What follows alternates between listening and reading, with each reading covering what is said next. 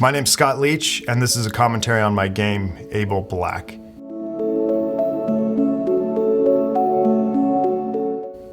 Able Black is a story-driven puzzle game. Currently, it's free in the iOS store. This commentary is going to have spoilers, so if you haven't played the game, I suggest that you do that. Again, it's free in the iOS store. There's a link below to go check it out. When I set out to make Able Black, I didn't really know what I was doing. I just wasn't sure if I had the ability or knowledge to build the kind of game I wanted to build and get it out into the world and actually have people play it. I didn't know where to start. I didn't know if I was capable of making a game of the quality I wanted to make. And I wasn't sure if you were supposed to make games this way. So I sought out examples of others who had done it. So I looked for indie developers, and by that I mean one-person teams who built their game and got it into the world, and the game was good. It's always easier when someone else has done something first and you know it's possible. So if you're out there and you're making your game, whether you're just starting or somewhere in the middle of the process, and you're looking for evidence that it can even be done, it absolutely can. I didn't have any idea what I was doing when I started Able Black. I managed to build the game on my own and to get it into the world, and people downloaded it and played it. It was very well received, and I think it did well. It did good, it performed. Not in some crazy way. I don't think it's a runaway hit by any stretch, but it's been downloaded 100,000 times, and more importantly, I learned a lot about the process. But most importantly was the feedback I got from folks who played the game and loved it. When you make something that you're passionate about and you pour yourself into it, and folks tell you that they got it and they loved it, that is huge. That's that's way better than anything else that you can get back. So back in March of this year, 2020, just as the COVID pandemic was starting, I decided to make my game Able Black free. My thinking was that lots of people would be stuck at home, quarantined, and it would be something for them to do. So yeah, it made sense to me to make it free during this period of time where lots of people are stuck at home, and where, to be quite honest, a little bit of distraction is good at times to relieve some stress, right? Able Black is a coming-of-age story about an android who lives in an underground habitat and has to take a citizenship exam to prove that he's safe and sane and sentient and capable of being around other human beings. The trouble is he can't figure out how exactly to do that. I love coming-of-age stories. I love movies like Stand By Me, books like Catcher in the Rye. I think that period of our lives is hugely important. When we're, in junior high school, we're figuring out who we are, and we're trying to reconcile our identity with what our parents' expectations of us are, and what society's expectations are, and what our friends' expectations are. And we're trying to balance all those external pressures and figure it out, right? And decide what we want. And I like the idea of telling this coming-of-age story from an android who knows that he's not human. Despite having emotions like a human and looking like a human, he thinks that he must be doing something wrong. He must be feeling too much or not feeling enough, or having the wrong feelings at the wrong time. Those are things we experience as human beings. I loved the idea of telling that story from the perspective of an android. I thought it made a lot of sense to me. This is the main screen for Able Black. I called it Able Black Sleepwalker. Sleepwalker is the name of a song by a band called Santo and Johnny. You've probably heard it. I don't use the song anywhere in the game, and by that I mean you don't hear it, but the song plays a little bit of a part in the story.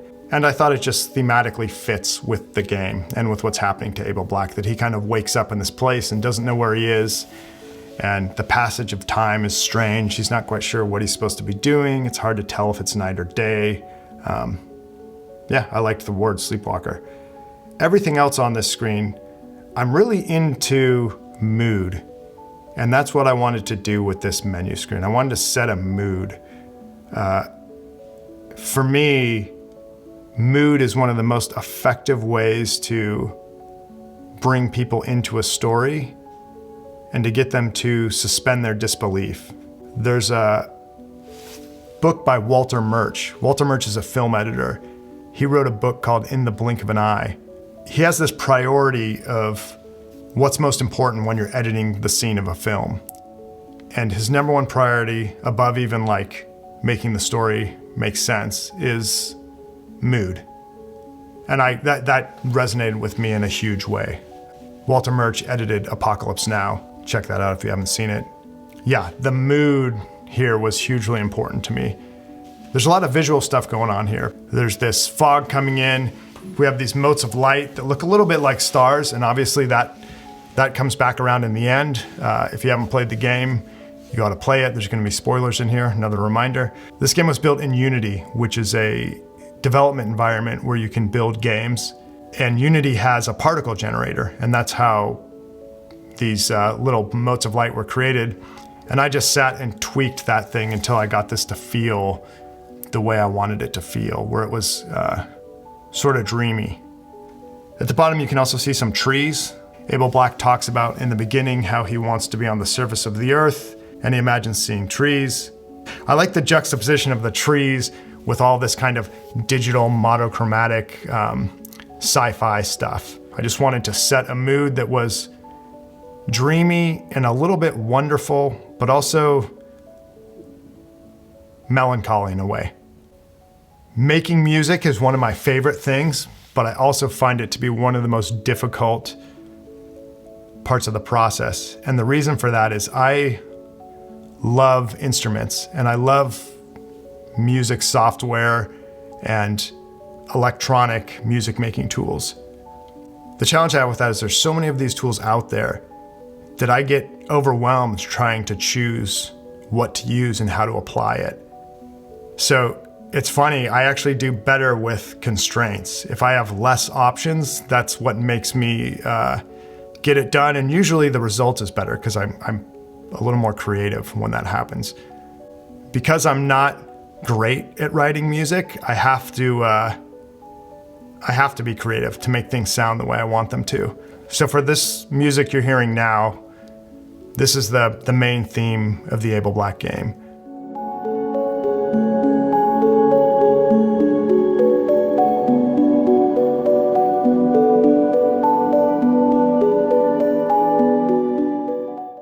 I used an instrument called a pocket piano. This is the Critter and Guitari pocket piano.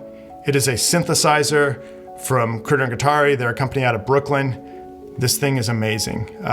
It's got these wooden keys down here. It just looks awesome. I love stuff like this. This is a strange and wonderful instrument, and I love collecting these sorts of tools. I saw this in a video when I heard the sounds it makes. What you're hearing now, I just fell in love with it.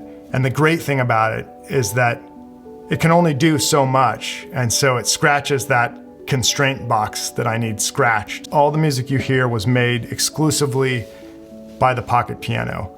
Actually, that's not totally true. I also used this along with the pocket piano. This is a reverb pedal. This thing is rad. What you're hearing is the pocket piano run through the Eventide space pedal. When I heard this, I knew this was what I wanted. Yeah, and this is what I used for all the music, the pocket piano along with the space pedal, and I was so happy with the result. To me, it sounds, that was a part of the experience that exceeded my expectations. I got really lucky finding those tools. Talk about a few other things. Originally in the first version of the game, there wasn't all these Easter eggs. If you look close, you'll see those faded pentagons back there. I love games with Easter eggs and films with Easter eggs and stories with Easter eggs. I'm actually really obsessed with this idea of creating a story where there's more content hidden than what you read, that it just keeps giving and keeps having new things to discover. I love it when I get to experience things like that, and I wanted to have that kind of stuff in this game. I wanted to have a lot of Easter eggs that felt mysterious and just fun to discover and fun to try and figure out how to unlock them. A lot of these unlock at certain times of day or at certain dates. I love that. I love when something happens at a specific time or a specific day. One of my first experiences with that was the original Animal Crossing, the original US version of the Animal Crossing on the GameCube back in whatever it was, early 2000s. At the time, playing that game and realizing it had this real-time clock and there were certain things that only could happen at certain times, that was really cool and sort of mind-blowing at the time. There's a little of that in here, not in any robust Animal Crossing way. If you play the game at certain times and you beat it, some of these things will open up and reveal a little more story. I love that stuff. I would like to do an update and do more of that stuff. And whatever the next part of the Able Black story that I put out there, there's going to be more of that, regardless of what formats it's in. I love it. I'm into it. All right, let's play the game. Let's start it. I use the pentagon shape a lot in the game. I like that shape. I decided it would be this part of this iconography we use to represent Mother. That's the M up there with the underline. What else? Okay, puzzles and hints. For this screen, originally when I first published the game, there was actually no hints. And a lot of people got really frustrated. And I got feedback almost immediately that it was too hard for some folks. So I worked pretty hard for the next few days and came up with a hint system and published an update as quickly as possible.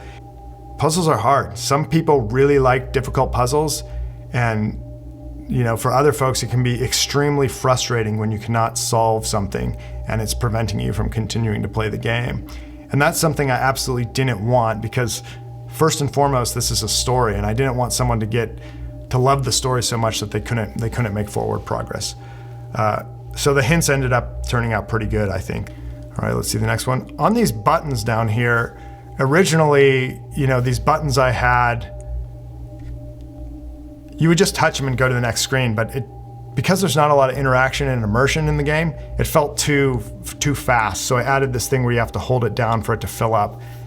I was really happy with that. It just felt like it felt kind of mechanical, but also it created a sort of anticipation and tension that I was into. This is the type of stuff that when you're building your game, you get obsessed with and no one else notices or cares. Yeah, this is just more information about the puzzles. You get 5 hints per puzzle. If you do play the game without any hints, you can unlock an Easter egg, so keep that in mind. All right, Android activation. One of the reasons I wanted to tell a story in this digital format was that I could convey different parts of the stories with a whole different look and feel. And I liked this idea of having this kind of activation screen that gave you some story setup and just felt different than the rest of it. I think one of the things that makes stories work well is when we start to ask ourselves questions as we're experiencing the story. I wanted to do that with this screen. I wanted folks to see this and start wondering, okay, what's an emotionally intelligent android? What does human extinction prevention mean? Just pique people's interest and also, set up story. This red wake-up screen, a lot of the game is monochromatic and I wanted to break it up, and this felt like a good spot to do that.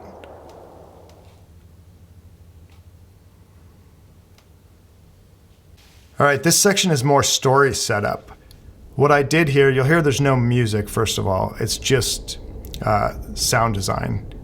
And what I wanted was something that felt a little bit more cold, and sounds that you were hearing might be sounds of this arc that you're inside of. One of the things I wanted to do here was to get you, the player, you, the reader, to start to put yourself into the shoes of the main character, Abel Black. So you'll see, I use the second person a lot. Mother welcomes you to Arc 19. There's lots of yous in here. And the idea is you're Abel's surrogate right here, right? So you're hearing what Abel heard, and a lot of this stuff you're hearing here is really unpleasant and just mean. One of the inspirations for this, I played a lot with different ways to display this information. At one point I had, if you've ever seen like the For Dummies books, I actually had it look like a manual for androids. And then I put this information on a page with like the little tips and target. It basically looked exactly like the layout for one of those Dummies books. And it was like how to be a good android for dummies kind of thing. But I ended up scrapping that idea. But that's the vibe I wanted here, where it's this slightly patronizing voice, but also a little bit polite and incredibly dark. Like some of the stuff here is really spooky. You also notice the main Abel Black story. So when he's speaking in the first person, there's a black background and the text scrolls and it's kind of smooth. This stuff, we have a white background with black text and there's no scrolling. It's these statements that are all caps, surrounded by white. They feel significant. Yeah, one of the inspirations for this, when I was trying to think of how I wanted this to look and feel, was actually Harry Potter, Order of the Phoenix, the movie.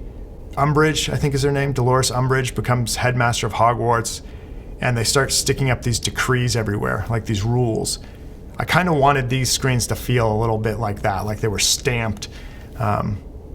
I just wanted it to feel bad. I wanted it to feel like something that it was like going to the DMV or having to do your taxes or getting something from the IRS. But also there's good exposition in here. There's stuff in here that's relevant to the story. Here we are learning that we're an android and we can feel emotions, but there's a good chance we might go crazy because of that. And if we manage not to go crazy and pass this test, then we get to go up and serve Mother and help prevent the extinction of humanity. If you have any further questions, you may refer to Andy, the Arc 19 system AI. So I'm a huge fan of the Dark Tower series of books by Stephen King, and there's a lot of nods to that here. Andy is a robot from the Dark Tower 5 book, Wolves of the Kala. 19 is a number that comes up in the Dark Tower series a lot. If you look, Andy is the system AI. The anagram for that is Psi, which is a word they use in the high speech in the Dark Tower. I like that stuff. I like when authors or filmmakers or games reference other games that they enjoyed. Don't be discouraged by the high probability of psychosis. Keep in mind, you are a machine running software. Your emotions are not real. Ignore irrational thoughts and existential crises. I liked this idea that the voice was kind of polite, but also really cold and mean. This felt a little bit like some of those experiences you have when you're in high school or junior high school and you're having an experience, and how your teachers or your parents or adults of any type treat you at times. Not everyone. There are absolutely fantastic, supportive adults when you're that age. But once in a while, you'll come across this experience and it sucks. Part of what I'm doing here, this game is really about, it's about manipulation. Abel's being manipulated, and you're being manipulated too. And I had to be careful with that because that can feel really bad. So I wanted to make sure you knew it was in service to the story and there wasn't anything unfair about it. I liked using the word mother, and I liked having Mother as this sort of authoritarian figure who we don't hear a lot about, but we understand that Mother is significant in some way, and ultimately she's the decider. I liked the idea that an android who was made and didn't have parents might long for a mother, and that could be used as a way to manipulate that android into doing certain things or not doing certain things. All right, so we're at chapter 1 of the story. I wrestled for a long time on how to do these sections of the game. What's most important is that the reader is able to read the story and get what's happening, right? So what I didn't want to do was have so much going on visually or so much sound happening that it was difficult to read. And at the same time, I didn't just want text. I wanted it to be a little bit more immersive.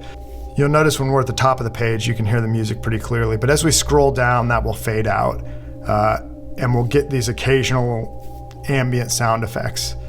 It took me a while to strike that balance, to get it to feel right, where the sound and visuals weren't too intrusive, but were enough to really to enhance the story. There's a few things going on visually here that I think are interesting to talk about. We've got the trees up there, which are on the title screen as well. The trees are at the top, and then we have Abel's voice below, which fits where we're at in the story, right? There's the surface of the earth, and then there's Abel down here below in the dark, wondering what's happening. So I thought that was visually kind of interesting. All right, more spoilers incoming. If you notice, those trees are upside down. And if you think about what that might mean, it fits with the reveal at the end of the story. Maybe Abel's not underground. Behind the one, we see a geometric shape. That's actually a origami swan. When you first get to this page, you'll see it start to turn. Abel talks about making origami swans in this chapter, and yeah, I liked having that image there. I also liked keeping it a little bit abstract because I dig it. I like the shape of it. I liked having all these different types of geometry in the game, and it felt good. You can see throughout there's lots of symmetry. I really was into the symmetry of this. There's also more of these motes of light floating around. I had fun doing those. I also did this kind of parallax view you can see. So as you scroll, you'll see that everything is kind of on its own layer moving around. At this point, that's an old trick, right? We've seen that in a million spots, but that was fun to do. There's lots of things like this that when you're developing them and seeing it work, it's really neat and satisfying to do. It's funny, you do that stuff and like I said before, you notice it and no one else does. But in a way, that's good. If people don't notice it but sort of feel the positive effects, awesome.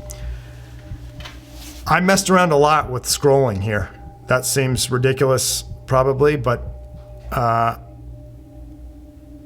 couldn't figure out how to just make scrolling work in Unity kind of out of the box. I figured that, I don't know what I thought. I guess I thought I could just put text on and somehow you might just be able to scroll it magically. Again, like I said, I didn't really know what I was doing when I started this. I didn't know how to code. I guess I knew a tiny bit of coding, just like enough to make a great big mess of things. So yeah, I couldn't figure out the scrolling stuff when I started. And I ended up using a asset from the Unity asset store that was this camera that I think was actually intended for 3D games or first-person shooters or card games or something like that. But I used it to create this kind of smooth scrolling effect. And when you do it, you'll feel, depending on what device you're on, it's a little different than like the normal scrolling effect on an iOS device or an Android device. I fiddled with this for a while to make it feel right. Again, probably something that only I noticed, but yeah. Unity is a game development environment. It looks like any piece of software on a desktop. You have this scene where you can drag objects into, so there's a visual component, a graphical interface, and then you can add code to these objects that you've brought into the scene. And that's how you build your game. The visual piece was hugely helpful for me. If I have to just type code, I'm lost. So Unity got me over that first hump. I found an asset called Playmaker. And what Playmaker is a state machine. What Playmaker allows you to do is more or less code your game visually. That asset was hugely helpful in me getting my game done. Yeah, huge. If you're thinking about making a game and you don't know how to code and that's what's stopping you, check out Unity with Playmaker. I'm not gonna read this stuff. I'm not gonna do that. Yeah, I think you'd have a better experience if you just played it yourself. It's free, go check it out if you wanna play it. What's happening in this scene? I'll talk a little bit about that. Abel's here, he's in this underground arc. He's been here for 3 years. He's waiting for this citizenship exam to start up. He knows if he takes the citizenship exam and passes, he'll be able to go up to the surface of the earth, finally be around other people, help mother, make sure, people don't go extinct, all that good stuff. But he can't figure out how to start his test. He's asked Andy, this system AI, and Andy won't tell him either. Abel's gotta wait for his emotional response system to fully develop. He doesn't have any idea what that means, Abel that is, and he's getting down about this. He is not happy. Part of him thinks that maybe everything already fell apart. Maybe the world ended and somehow he just got left behind and he's the last living thing. He doesn't really know, but he doesn't like the situation he's in. All right, here you can hear one of these sounds in the background, the birds. I really liked doing this. This was one of the first ideas I had when I thought about telling a story as a mobile app. I thought it would be neat to just be reading text and have these sounds and very subtle visuals happening as you scrolled down the page. It's tricky though, because different people read the text at different points on the screen, right? So you're scrolling, you might read this, Andy, play the bird sound. You might read that when it's in the middle of the page, or you might read it when it's at the bottom of the page. What I ended up doing, I experimented a lot to try and figure out how to make it happen at the right time, but I found that it didn't really matter in most cases, that if you heard it early or if you heard it late, it added to the whole atmosphere, so long as it wasn't a sound that was meant to be precise. Anyhow, so here's Abel, he's talking to Andy, telling us about what he's doing down here, and he's talking about these notes he found. I had fun figuring out how to do this. I wanted these notes that Abel found not just to be text, I wanted them to feel like actual things, and I liked having them reveal in this way. This was fun to build. I like epistolary books, like books that are made up, novels that are made up of collections of different types of content, whether they're letters or handwritten notes. I worked on a project called Lost Zombies. It was a zombie-themed social network with the goal of creating a community-generated zombie film.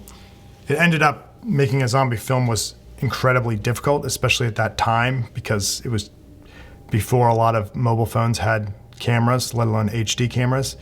But what we did make was a book that was made up of handwritten notes told from people experiencing the zombie apocalypse. I love that format. I love handwritten stuff, and I think it adds so much to a story when it's used effectively. So I liked the idea of Abel finding actual physical notes. And yeah, I had fun with what they should say and how they should appear. So Abel finds these notes from another android named Jack, who was here before Abel, and Abel basically learns that Jack got lonely and shut himself down. It makes Abel sad to learn about Jack's fate, but also Abel likes to look at these notes because it makes him feel a little less alone. All work and no play makes Jack a dull boy. I love the movie The Shining. This originally isn't from The Shining, but The Shining uses this, and I liked using it. I liked the fact that in my thought process, Abel thinks that Jack's name is Jack because of this note, and Abel doesn't know any better. He's never seen The Shining. And then there's some of these notes that Abel says he doesn't know what they mean. Listen to Space Oddity again. Space Oddity, the David Bowie song about Major Tom. There's that lyric that Major Tom's floating in a tin can. I felt that the arc was a little bit of a tin can. If you've played the whole game, there's more to that, obviously. I also liked alluding to the fact that, okay, how did Jack know about Space Oddity? We're foreshadowing lots of stuff with this note. We're foreshadowing that music exists somewhere on this arc, and we're foreshadowing the end of the story, the big reveal.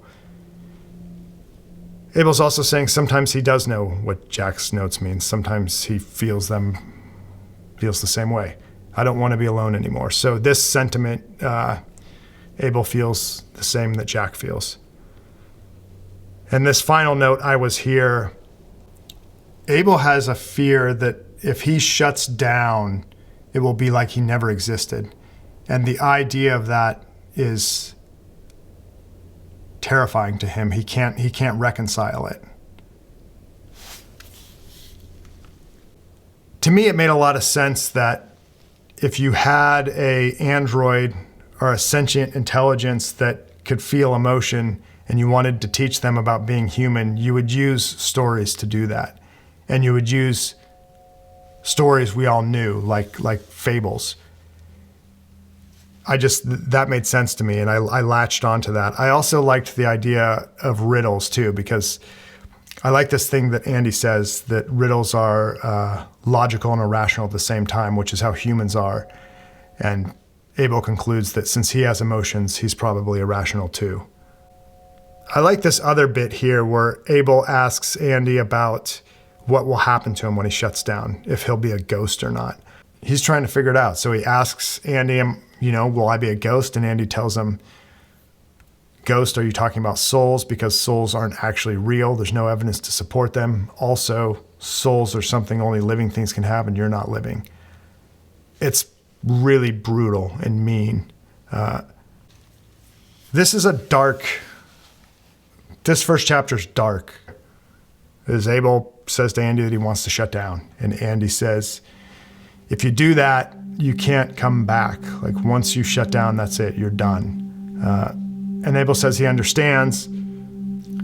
So Abel wants to shut down. And now here we are at the bottom of the screen. The only thing here is this giant initiate shutdown button. There's nothing else. My hope was people would get to this screen and say, no, I'm not doing that. I'm not going to shut down. And would scroll around and try and find another way. But there is no other way. This is the only thing you can do. You have to initiate shutdown to proceed. I thought that this was a powerful moment to put you, the player, into Abel's shoes and make you accountable for what happened. So we press it.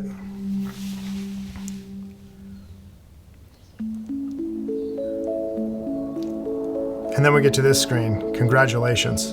Before, when we saw this white background with black text, that it was this kind of cold, mean voice. And now here it is congratulating us for shutting down. You've experienced hopelessness and despair. This was meant to feel bad. We went through this emotional bit with Abel. We facilitated his shutdown, and now we're being congratulated. It's meant to feel, again, you're being manipulated because Abel's being manipulated. And you're supposed to get mad about it. That's one of the things I really wanted to do by telling the story this way, was really twist the knobs to try and get you to feel what Abel was feeling. His frustration, his anger, his fear, his reluctance, all the things he's experiencing, I wanted you to experience alongside him.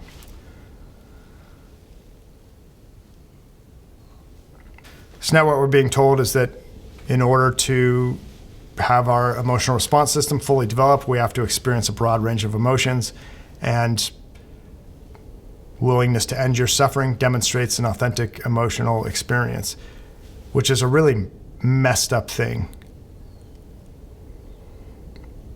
By requesting to be shut down, you have successfully initiated your citizenship exam. That's messed up. that the only way out of this situation was to get so deeply depressed that you would want to be shut down, that's how you have to get to the citizenship exam. For me, this is the point at which we feel that the system that Abel Black is caught in is busted and not fair and needs to be taken apart, or Abel needs to escape it somehow because it's messed up.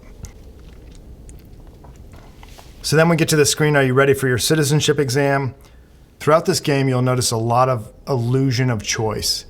So you'll be asked a question and it will seem like you get to choose your response, but in most cases you don't. Maybe there's a couple options, or maybe, like in this case, there's only one option. Are you ready to begin your citizenship exam? Well, I can't do anything else, right? There's nothing else here. I have to say yes. It's more stuff to make you feel bad and to make you want to root for Abel. Here we have a fable, the crow and the skull. I use these at the start of each section of the citizenship exam. A lot of these are fables that have been around for a long, long time. Some of them I changed a little bit, but I liked this idea. Again, like I said before, it made sense to me that if you were testing an android or an AI that could feel and experience emotion, that you would use stories to do that. And fables are some of the oldest stories we have, and they've got a moral or a lesson. Thematically, I liked it. It felt like something that might actually happen if you were trying to teach an android something. I liked using them thematically throughout each section of the game. And by that I mean, so here we have the crow and the skull. We'll see the crow and the skull imagery show up again and again throughout this section.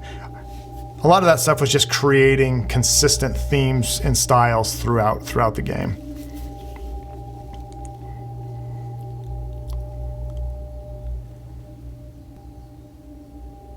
Here's another one of these questions that gives us the illusion of choice. Which does it most make you feel?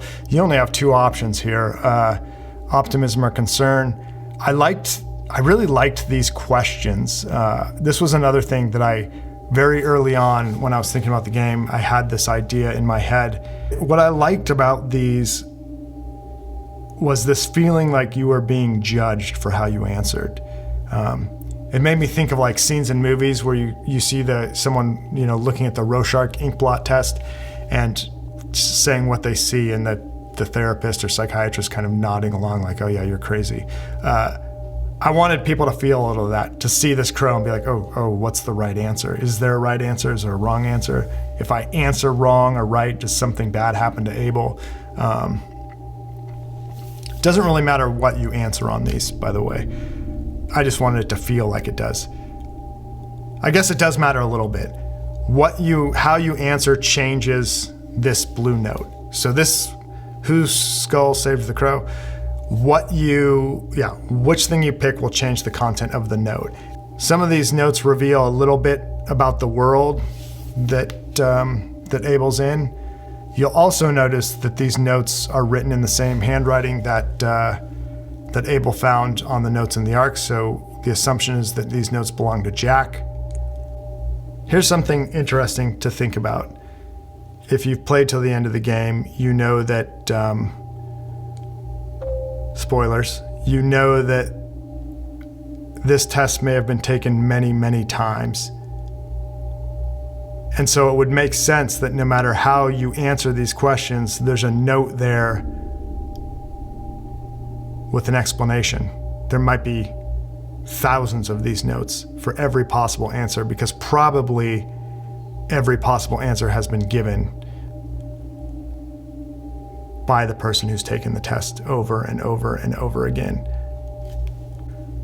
Abel mentions in the beginning that there's no pens left anywhere. The fact that this test has been taken so many times and so many of these answers have been explained, pens may have run out a long time ago. Which is most like Mother? I like this one. The desert, the skull, or the water. Well, the desert's the thing that is about to kill the crow, and probably the thing that killed whoever's skull that belongs to, the crow finds. The skull is a dark theme, right? But on the other hand, the skull is the thing that saved the crow. And then you have water. Okay, well, the water is the actual thing that saved the crow. So which of these things is most like Mother? When I put myself in Abel's shoes and think about the experience he had, I feel like Mother's most like the desert. Like, so far, this has been really inhospitable.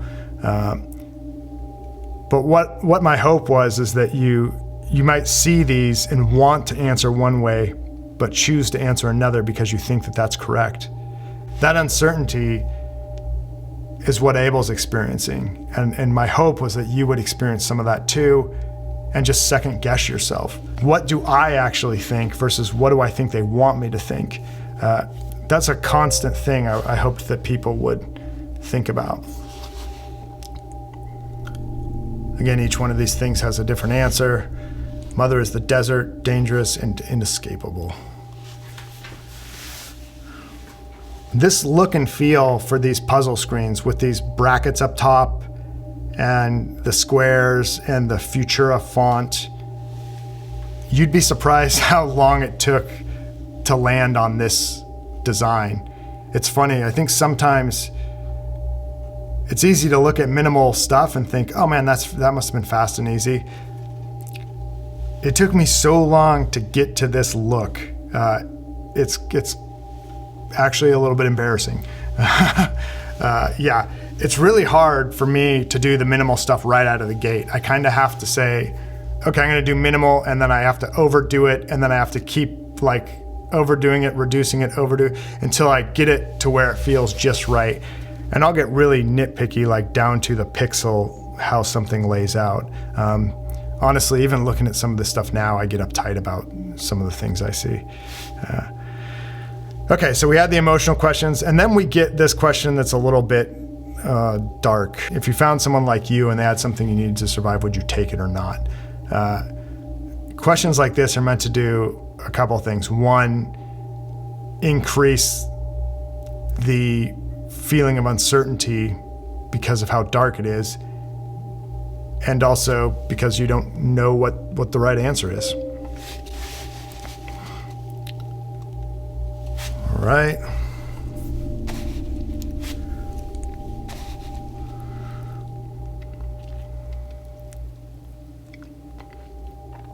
When I was researching for Abel Black, I found this emotional wheel that it was almost like a color wheel. It showed all these emotions, and you could see what the opposite of an emotion was and how different emotions combined to form other emotions. It was a neat frame to consider emotion in. But yeah, joy plus anticipation, that is actually optimism, which if you remember earlier, that was one of our choices. Not that that matters. That's not really a super hard riddle. I just liked throwing it in there because I thought it added some texture and depth to these sections.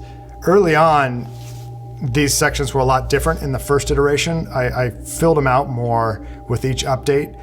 I thought people wouldn't want that many questions and puzzles. I thought they'd want to get back to the story, but a lot of the feedback I got early on was, I wish there was more puzzles. I wish there were more of that kind of stuff. So I went back and added a bunch of the ones I'd taken out. Here's a puzzle. I really enjoyed making the puzzles, but it was super hard to design them. I wanted every puzzle to feel a little bit different. I didn't want you to be able to use the same technique to solve each one. It's really hard to come up with a puzzle that works. And it's much, much harder to come up with lots of them. When I began brainstorming Abel Black, I knew I wanted it to be a digital experience. But in order for that to work, for me, if it was going to be a mobile app, the story had to do something on the device that it could not do on the page. And it had to be more than just a little bit of sound and visual cues. I needed to be able to experience the story differently to justify doing that. And so I thought, okay, I'll have the story. Maybe I'll have some questions in between each chapter that will represent this citizenship exam, but it still felt, I don't know, it didn't feel right. It didn't feel like enough. So I was trying to think of all these different mechanics. I ended up landing on puzzles, obviously, but I didn't want to go there first. I wanted to think of other things I could do. And at one point, actually, if you've played the game and gotten the Easter egg, that's the little space shooter mini game, that's actually one of the things I was thinking about doing between each chapter. And my idea was going to be that Abel Black's, we read his story and he gets access to this workstation and he finds this small game. And since there's nothing else to do, he just plays this game over and over. And in the course of playing the game, I was going to have story unfold as he's flying through space. There's still part of me that really likes that idea. So I started building that mini game that you play as an Easter egg. But ultimately I couldn't get it to work and it just felt too separate from the story. And so I went back to these puzzles. Part of me was relieved because I thought, oh, well, man, puzzles are going to be way easier to code than like some robust gaming engine or gaming mechanic or something, right? It turns out that designing puzzles is really, really hard. Trying to make a puzzle that works, and by that I mean it makes sense and it feels satisfying and it's solvable but still challenging. That's a really hard thing to do. And one of the big things I wanted to avoid was repeating the same kind of puzzle over and over and over again. So I ended up with all these different kinds of puzzles in the game, and no two are exactly alike. The amount of work that created for me was huge. That's something you don't see until you're in the middle of it or after. Yeah, so every one of these is a little bit different. This one, I wanted to start out with an easy one that still worked. I still thought it was a kind of satisfying puzzle, but you could figure it out pretty simply. See the crow who flies, he finds water with his wing, beak, and eyes. So he's got 2 wings, he's got a beak, and he's got 2 eyes. When I was a kid, I saw one of these necklaces. You may have seen one like this. You had kind of some symbols on it. When you flicked it, it would spin around, say something like, I love you, or mom, or something like that. I always thought that was really cool. That was kind of like what this puzzle was to me, is if you tap the screen, you see a few words, and if you tap fast, they appear, and the thing's complete. And the new clue is complete the rhyme below. This one's pretty simple too, but I like that it was broken up into 2 parts. I found as I did more of these, I added this one later, I found that as I did more of these, when they built up a little, I thought that was satisfying. And watching people play it feels like it's satisfying to kind of build towards a solution to a puzzle. So here we just complete the rhyme. Once a living head, the skull is now dead. This one's pretty easy.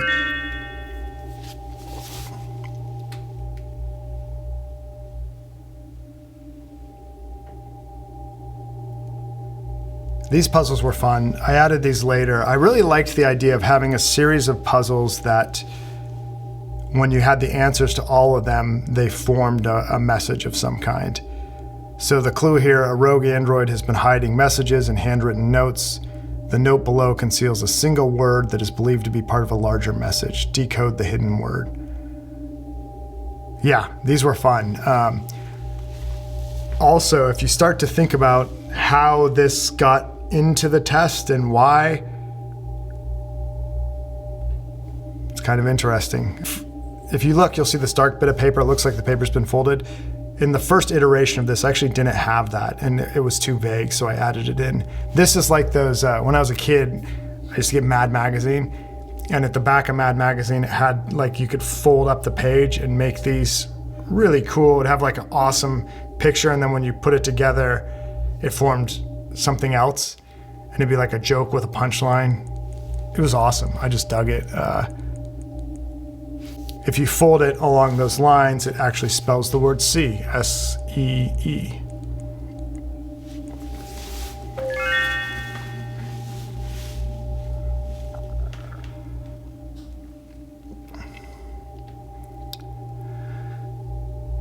All right, this is the final puzzle for section 1, this key puzzle. I liked using this as a recurring theme throughout the game. The whole fact that Abel's down in this ark and there's locked doors and he's getting keys, and that then relates back to the story and what he gains access to. Yeah, I liked it. I liked the key as a symbol. And these were fun puzzles. This first one I think is pretty easy, maybe even too easy. Probably in hindsight, I might have made it more tricky because I've never heard of anyone getting hung up on this one. But what we have here is a key. It's a skull key. As we know, this whole section of the citizenship exam started with the fable about crows and skulls. Here we have the skull again, this key, and then the teeth on the key, which look a lot like numbers if we look close. So 2115 is what I see. So if I enter that and press solve, wrong.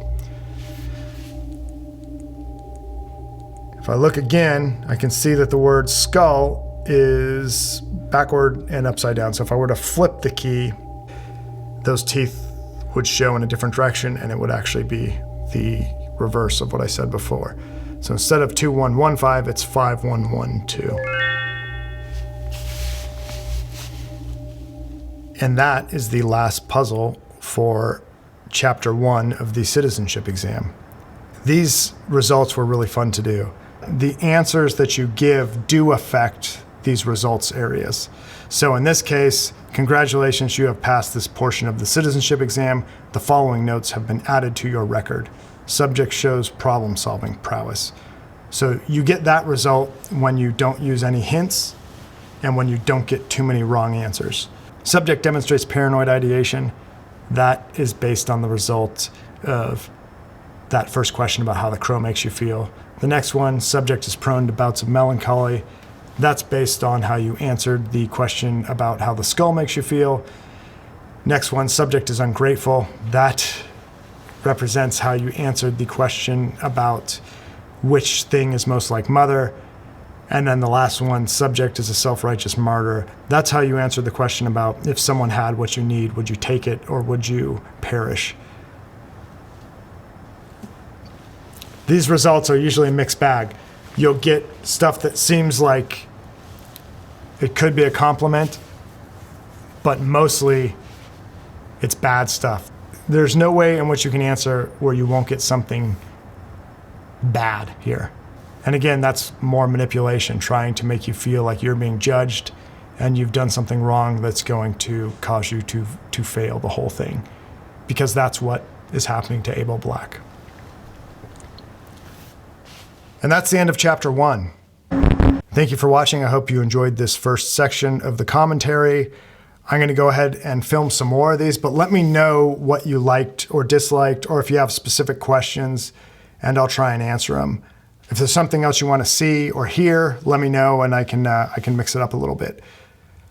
A couple other questions I want to answer, because I get these a lot. When is Abel Black coming to Android? I am working on an Android update. I will publish that and announce it, and it will be free the same way the iOS version is free. The next question I get a lot of is what the heck happens to Abel Black? People want to know if there's going to be a sequel to the game, if there's going to be an update that resolves what happens to Abel Black, if maybe what happens to Abel Black is already hidden somewhere and they just missed it. I'm going to answer all those things now. If you've played through the game, you know what happens to Abel Black. There is an epilogue that's an Easter egg, but it doesn't really reveal a whole lot. There's no hidden resolution in the game, so you're not missing anything. So then what happens to Abel Black? I am working on an Abel Black novel. The novel precedes the events in the game. So it doesn't answer what happens to Abel Black after the events in the game. However, the novel helps to shed light on a lot of what's happening in a way that makes it more satisfying, and I suppose more mysterious as well.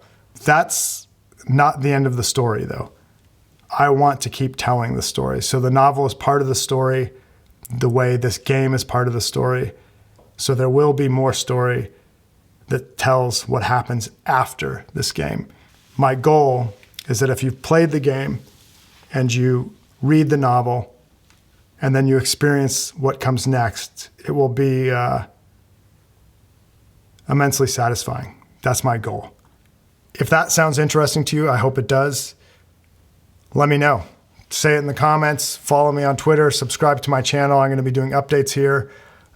Your feedback is hugely valuable to me. Hit me up, ask me questions. I try and read everything. I try and answer everything. I want to hear what folks think. If you want to support me and help bring this stuff into existence, please check out my Patreon page and consider supporting me there. By doing so, you'll get access to lots of interesting Able Black content. And also you'll get to get a peek into kind of my process and where I'm at with all that stuff. Again, thank you for playing Able Black. If you haven't played, Able Black is free in the iOS App Store.